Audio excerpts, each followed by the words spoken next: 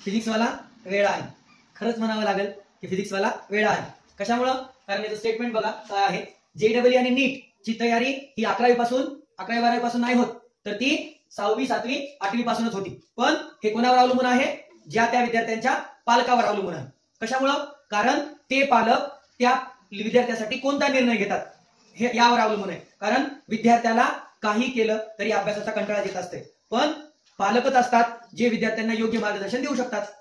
ताडकळस मध्ये फिजिक्सवाला आला आणि गुरुला म्हणाला की गुरु तुम्ही काय करा, 2-2 वर्ग एकत्र बसून शिकवा, 2 तासात 4 विषय शिकवा, 15-15 मिनिटं. नीटची तयारी होऊन जाते. बरोबर आहे ना? म्हणजे 6वीला 15-15 मिनिटं दररोजचं सायन्स शिकवलं, इंग्लिश शिकवली. 7वीला पण 15 मिनिटं इंग्लिश शिकवलं, 15 मिनिटं विज्ञान शिकवलं, तरी पण पालक गप्पच. कशासाठी? फक्त नाही सरनं 1ली ते 5वी शिकवलेलं आहे, मग आता सरला कसं नाराज करावं. 1ली ते 5वीच्या पुण्याच्या बेसवर 6वी 7वी 8वीला पाप करायचे. हे कोण शिकवलं?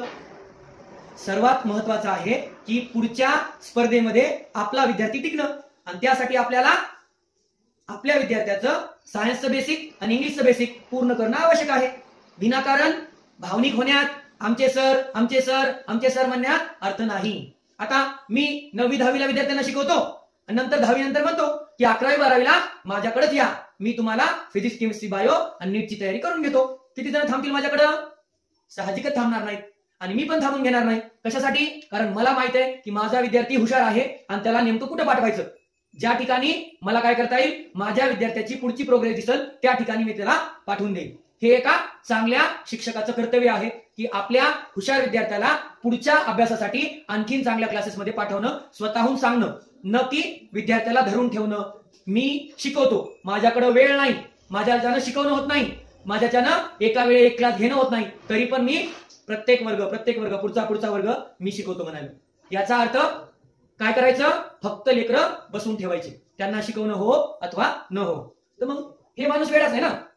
हे जे म्हणायला की 6वी 7वी 8वीला बेसिक सायन्सचं पक्क पाहिजे, सायन्सचे 3 विषय झाले पाहिजे, फिजिक्स केमिस्ट्री बायो, म्हणजे एका विज्ञान विषयाच्या 3 ब्रांचेस आहेत, त्या 3 शाखांमध्ये त्यांना शिकवलं गेलं पाहिजे. हे म्हणणारा चुकीचाच आहे.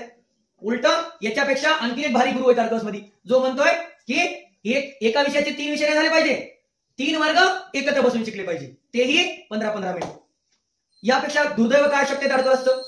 आपण 1ली पासून एकत्रच शिकत आलो. आता हिंमत वाढत 6वी वरून 7वी वर गेली, 7वी वरून 8वी वर गेली. आता 8वी 9वी, 8वी नंतर 9वी आणि 10वीचे क्लास मी एकत्र घेतो, चालते ना? यापुढे आपण ताडकळसचा ट्रेंडच करू आणि हे जे शिकवायला येतं ते मूर्ख येतं असं समजू, आणि इथून पुढे 8वी 9वी 10वीचे क्लास मी पण एकत्रच घेतो. कारण एकत्र बसवल्यावर 15-15 मिनिटं शिकवल्यानंतर जर विद्यार्थ्यांचं चांगलं होत असेल तर मला पण तेच करावं लागेल. आता इथून पुढे मी पण ताडकळसच्या प्रथेनुसार सगळे क्लास एकत्र बसून एका गोदामात बसूनच शिकवतो. माझ्याकडे पण मोठा हॉल आहे, त्याच्यामध्ये 6वी 7वी 8वी 9वी 10वी एकत्र बसवतो आणि शिकवतो. म्हणजे 4-4 बॅच एकदाच बाहेर काढायच्या. कशाला ताण घ्यायचा? कशाला एका बॅचला एक विषय एक तास द्यायचा? एका विषयाला 1 तास देईपर्यंत 2-3 वर्ग एकत्र बसवायचे, एकदाच 2-3 विषय शिकून टाकायचे, म्हणजे मास्तरही मोकळा आणि विद्यार्थी मोकळे. नेमकं करायचंय काय? ताडकळसला न्यायचंय कुठं? हे आपण का ओळखून घेत नाहीये? जर ताडकळसला बाहेरच्या स्पर्धेबरोबर जगायचं असेल, व्यवस्थित स्पर्धेमध्ये टिकायचं असेल, तर तुम्हाला जगाच्या नुसार योग्य ते निर्णय घ्यावे लागतील. भावनिक होऊन किंवा मी शिकवतो म्हणल्यानं जमणार नाही. त्या शिक्षकाकडे वेळ किती आहे, तो कोणत्या बॅचला किती वेळ देऊ शकतो, कोणती बॅच किती वेळ शिकवतो, कोणता विषय कसा शिकवतो, याकडे लक्ष देणं आवश्यक आहे.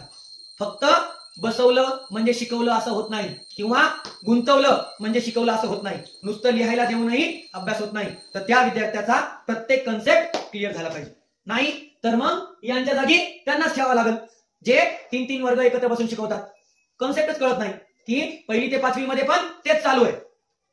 काय नेमकी मजबुरी आहे ताडकळसची की एकत्र वर्ग असले तरी पण पालक हू का चू करत नाही? नेमकं कुठपर्यंत न्यायचं हे? मी पण आता 8वी 9वी 10वीचे कंबाईन क्लास घेतो. जे 9 तास द्यायचे ना ते 3 तासात आटपतो. विद्यार्थ्यांना प्रत्येक वर्गाला प्रत्येक विषयाला वेगवेगळा तास वेगवेगळा वर्ग देऊन माझं नुकसान व्हायलं. 2 विद्यार्थी असो, 1 विद्यार्थी असो का 4 विद्यार्थी असो, 1 तास त्या वर्गाला कंपल्सरी देणं आहे. तुम्ही 2 विद्यार्थी जरी शिकवले तरी ते सेपरेटच शिकवावे लागतील, तरच त्या विद्यार्थ्यांचा बेस पक्का होईल. त्यांना 11वी 12वीला सायन्स अवघड जाणार नाही आणि नीट परीक्षेतही त्यांना चांगले मार्क पडतील. नाहीतर त्या सरला येडा म्हणावं लागत. बरोबर आहे ना? आपले सर छान आहे. आणि हे मी 2018-19 पासून सांगत आहे की ताडकळस मध्ये शाळेसारखी शाळा करा. ट्युशन वेगवेगळ्या विषयाचे वेगवेगळ्या वर्गामध्ये बसून घ्या. मात्र सगळे पालक मान्यच करायला तयार नाही. कोणाला भेटलं की हो हो ठीक आहे करतो. किती दिवस, आणखीन किती दिवस मागासले पण ठेवायचंय आणि किती दिवस भावनिक व्हायचंय.